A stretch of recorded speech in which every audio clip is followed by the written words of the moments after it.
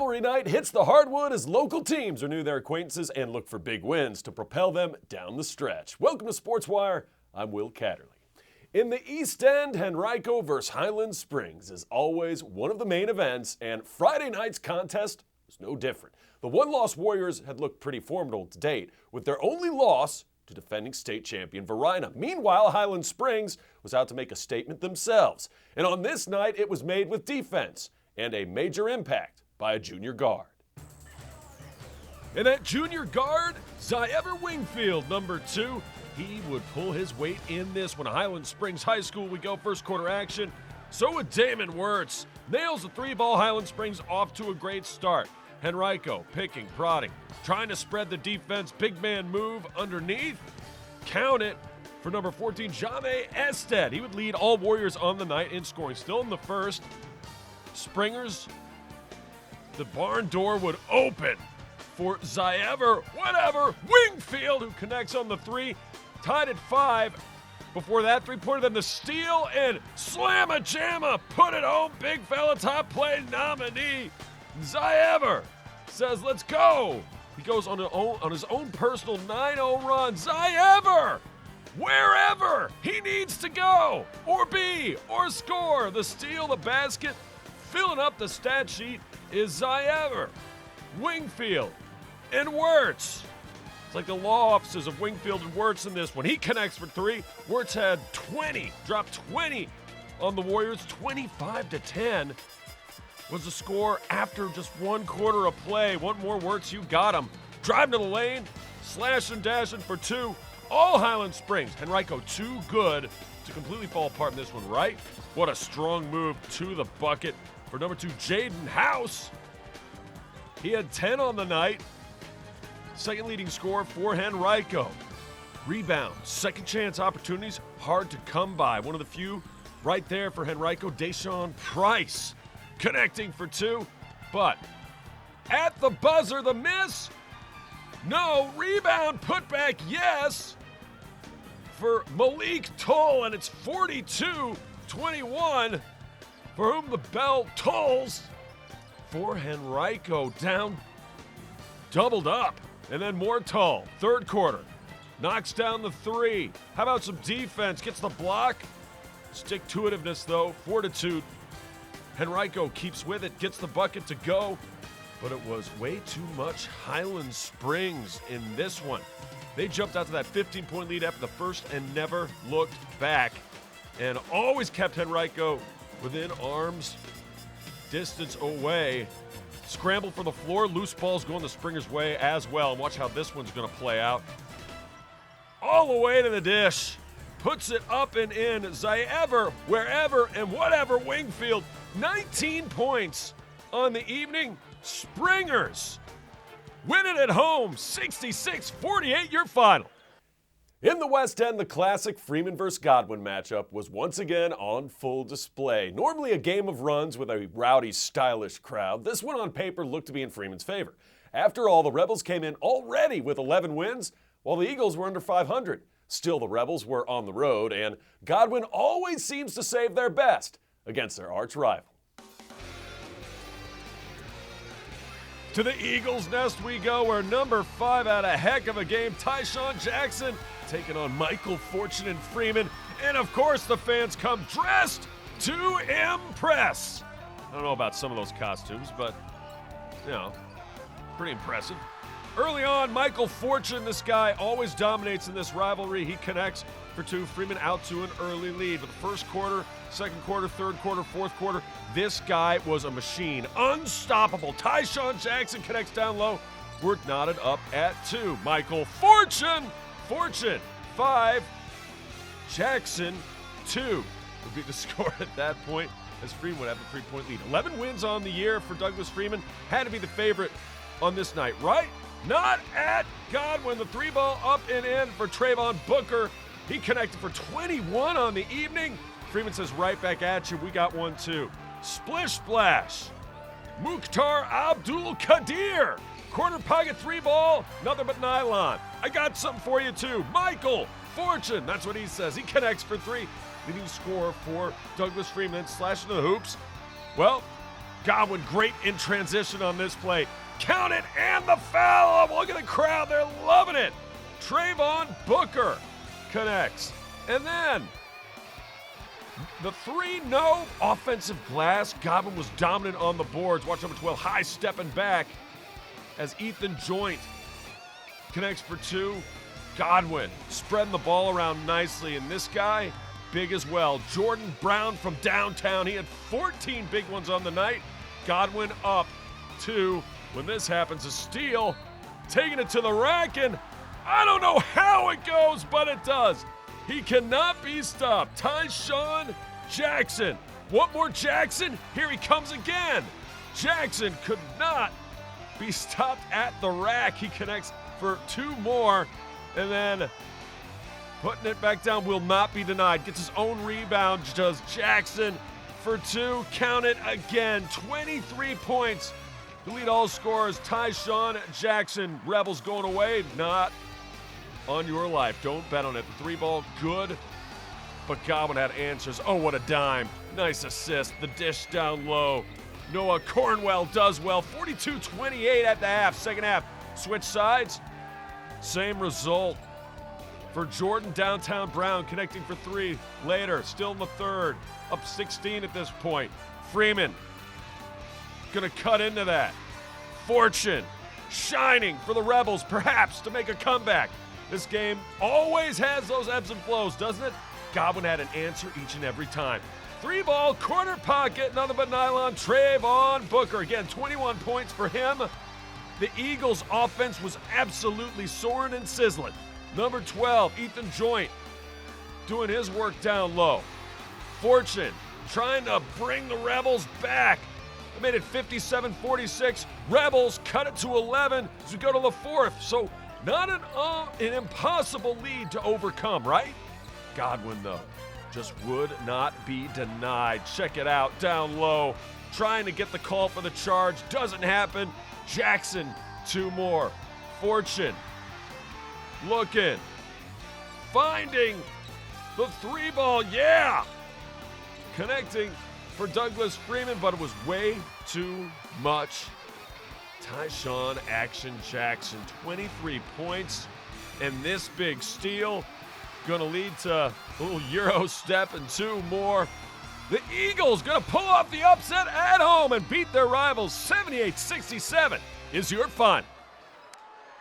We head back to the hardwood when we come back as the Lady Tucker Tigers look to win on the road at Deep Run. Plus, Freeman plays host to Atlee in gymnastics. That's straight ahead.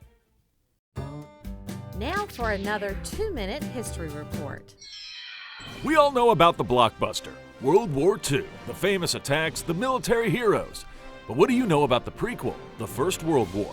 At the time, they didn't call it World War I. No one ever imagined there'd be another. It was known as the Great War, or the War to End All Wars. In the early 20th century, Europe had a bit of a different look. There were the Fab Four empires, ruled by monarchs who maintained a delicate balance of power. Then, in the summer of 1914, a group of assassins attempted to blow up Austrian Archduke Franz Ferdinand while he was touring Bosnia. The attempt failed, but later in the day, an assassin's bullet prevailed. In retaliation, the Austro-Hungarian Empire declared war on Serbia. Russia immediately came to Serbia's support, which motivated Germany to declare war on Russia. Before long, France, Belgium, Luxembourg, and Great Britain were involved. Jolly good. Everyone polarized into 2 groups, the Allied powers and the Central powers. New technologies dominated this world conflict. Tanks, machine guns, and airplanes changed the way armies battled. Trenches and tunnels became the new strategy, although that led to soggy problems. The British and German navies dominated the seas. Then in May of 1915, Germany sank the Lusitania, killing 128 Americans. President Woodrow Wilson demanded Germany change their tactics. I demand it. Germany appeared to comply, but later offered to finance Mexico in a war against the U.S., so the United States joined the war. Oops. A year later, on August 8th, the Allied forces began the 100 Days Offensive. This series of assaults forced the German forces back and eventually led to the war's conclusion. On the 11th hour, on the 11th day of the 11th month, a ceasefire went into effect. Then came the Treaty of Versailles and the formation of the League of Nations. This war changed the landscape of Europe. Monarchs were out, the 4 great empires were gone, and new countries emerged. So here it is in a nutshell. Europe used to be led by the Big Four, until a bullet made Franz no more. Conflicts arose, triggering numerous hawks. Success meant machine guns, tanks, and dry socks. The ceasefire became a celebrated day, although the next war was just a few years away. That was World War I in 2 minutes. Welcome back to Sports Wire. Little ladies hoops action. Brianna Payne trying to bring it for Tucker at deep run. So Wildcats in Wenatchee, Utah had herself quite a night. Right from the opening tip, Wildcats looked like they wanted this one more. They get the ball, get the tip, score. Isis Kane for 2, and then later the jump shot goes as well for number 22, Utah. I said she'd have a big night. 21 points. Wildcats still off and running. The steal, the score, count it. And that was Isis Kane again. Wildcats working the offense. The shot, no, but Johnny on the spot with the rebound is Utah again. Finally, Tucker gets something going, and it's in transition. Number 10, Maggie Walker, Texas Ranger sophomore guard. And then from beyond the arc, no. Try once, fail, try again. Get her to the rock. India Candies connects that time. Don't give her more than one shot. It's good for 3. Tigers within a bucket when this happened. The long J for Jasmine Lee. Count that. She had 11 points on the night. Tigers still not going away. Offensive rebound paramount. Brianna Payne gets it to go. She would lead all scorers for J.R. Tucker with 20. Want more Payne? You got it.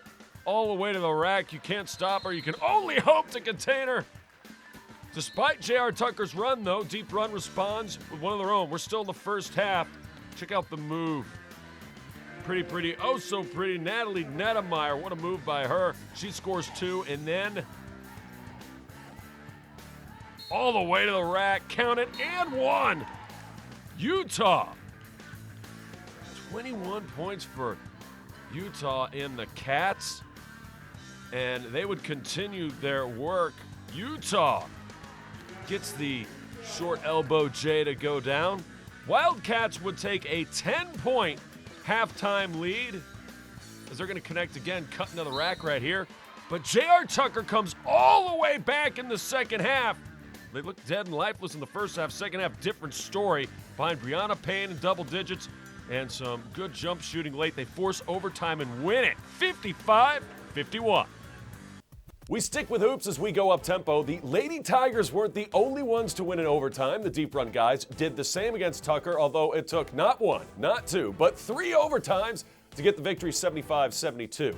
Tucker's Camille Grandison was unbelievable. Grandison hit a game-tying 3 to force the first overtime, then did it again to force a second overtime, and then pulled off the trifecta, hitting another 3 to force a third overtime. And all of these shots came with less than 5 seconds remaining. Joseph DeModna led the way for Deep Run with 20 points in the win. The Verina guys stayed unbeaten with a 75-35 whooping of Patrick Henry. Jason Nelson, Jordan Hernandez, and Kennard Richardson all had 10 points to lead the way for the Blue Devils. The Lady Springers improved to 11-3 after a 60-48 win over Atlee. Jalen gathered 16 points, and Sydney Boone added 17. To wrestling now, where Godwin got another victory, this time against Tucker. The Eagles picked up pins in weight class 113, 126, 170, 182, and 220 to beat the Tigers 45-21. And while the Spring State playoffs will once again be played at Glen Allen and Deep Run again this year, VHSL is proposing a move in 2020. If the measure goes through, states will be played at Riverside, Rock Ridge, and John Chan. Let's head to Douglas Freeman, where everybody's got their cameras out for pictures. It's picture time in this dual gymnastics meet. Freeman taking on Atlee. Meredith Hearn on the vault for the Rebels. She does pretty well, gets a nice score of 8.5. Not to be outdone, Isabella Carvalho for 8.8 on the vault. That would almost lead all scorers if it wasn't for Lacey Fisher with an 8.85. She gets a serious score and leads all scorers in that event. I said Atlee was there. This is Elizabeth Bosley, and she was a boss on the bars for the Raiders. She led all scores for Atlee. As around and around she goes. Where she stops, well, right here she does. 8 points flat for the Atlee Raiders. Second place, Hannah Goodman with a 7.5. We stick with Atlee and go back to the vault. Caroline Rawls, nicely done. That was the best for Atlee at 8.65. A delighted assistant coach with that mark. Freeman Rebels, they were impressive on the bars as well as we go back to that event. This is Sydney Granger. Make that Sydney Greenier. 7.2. Pretty solid score. Lacey Fisher, you saw her earlier on the vault.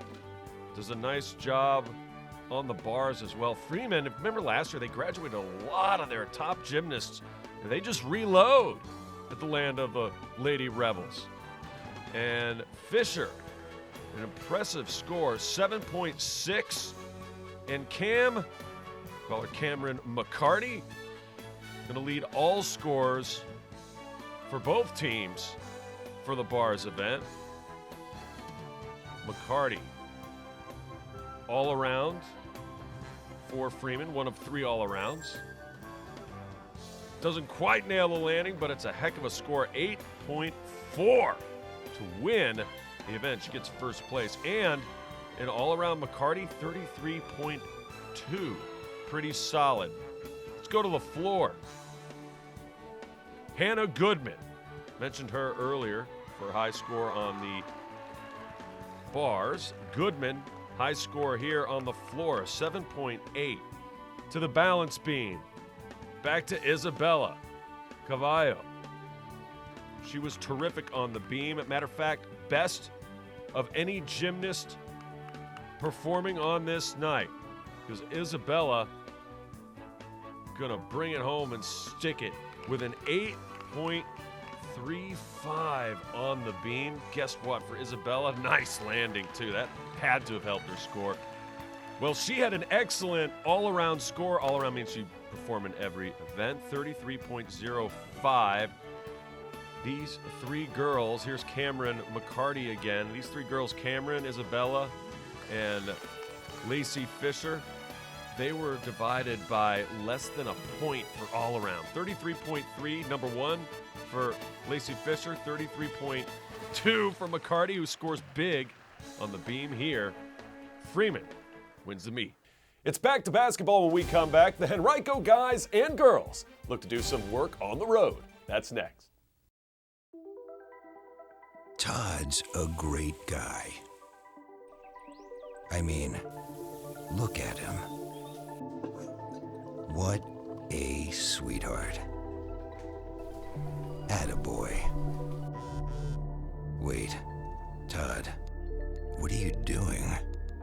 How totally selfish and un-Todd-like of you. Come on, Todd. Come on, man. Morning, Gary. We are GetSchooled.com. You want a college education, don't you? You know you do. Yeah, but I don't know where to start. That's why we're here. We're free, handsome, I think we're breathtaking. and here to guide you through every step of the way, starting with attendance. Gary, financial aid forms. Biology homework, G. I got this. Is that Bran?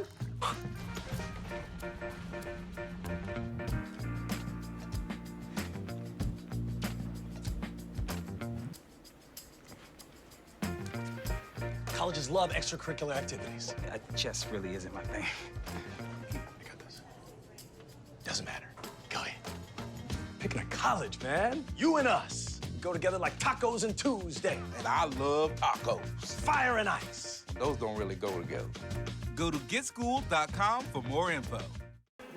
Welcome back to the show. Some more hoops action for you. Henrico taking on Glen Allen. Yeah, Henrico lost later in the week to Highland Springs, but they were bringing it on the road at Glen Allen. Back-to-back road games for the Henrico Warriors. They came out and they did play. Jame Ested for 2, or actually long range 3. And then inside, Jaden House connecting down low.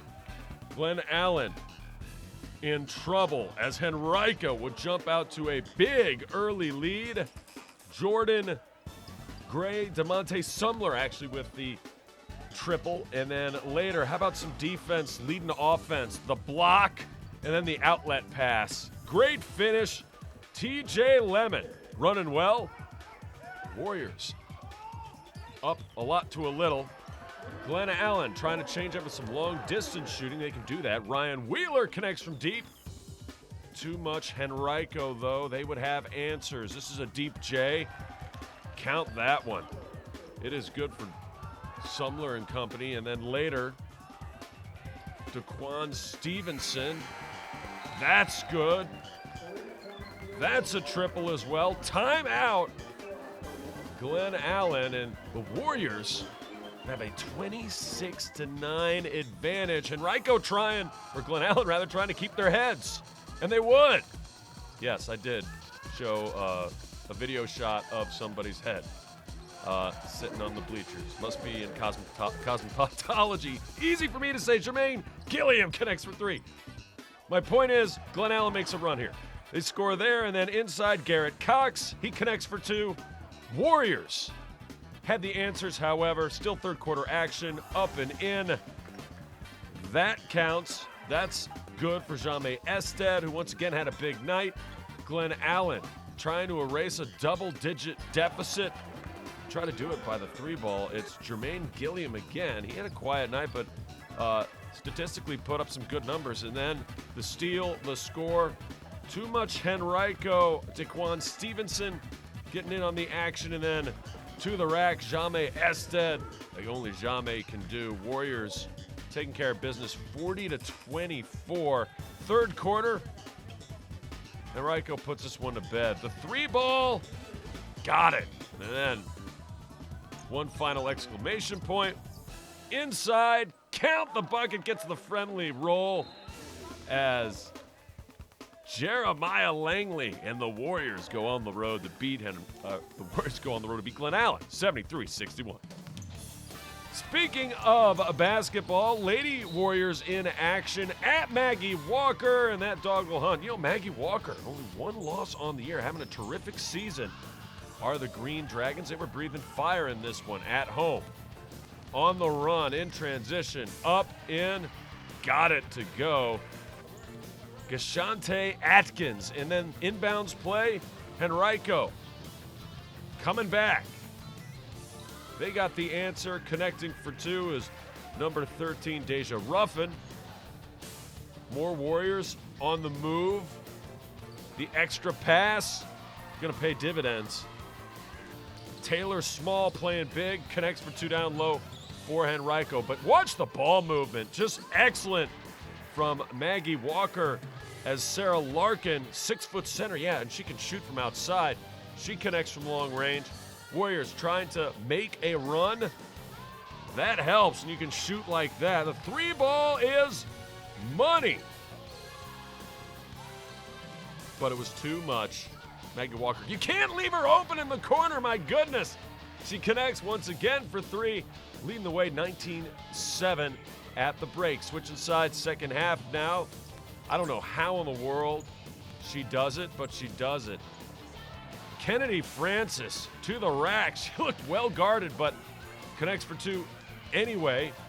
Maggie Walker, though, not allowing any big runs from Henrico, and this is a big reason why. The three ball, yeah, that is good. And then more Green Dragons, except her pocket's been picked, and connecting is Henrico. For a minute, it looked like they'd make a run in this one. That is good, but down 20 in the fourth. Warriors not giving up, not on this night. Short J, the bank is open. That's good for two. A late Henrico run, and watch. It's stolen and scored again. Great moment right there for Amani Mahmoud. There's too much Maggie Walker as they put the finishing touches. Oh, well, almost an over in the back there. But 50-34, Green Dragons winning. Remember, if you have questions or comments about the show, just send me an email to this address, sportswire@henrico.k12.va.us, and you can always follow us on Twitter. I can't wait to see ya next time on Sportswire.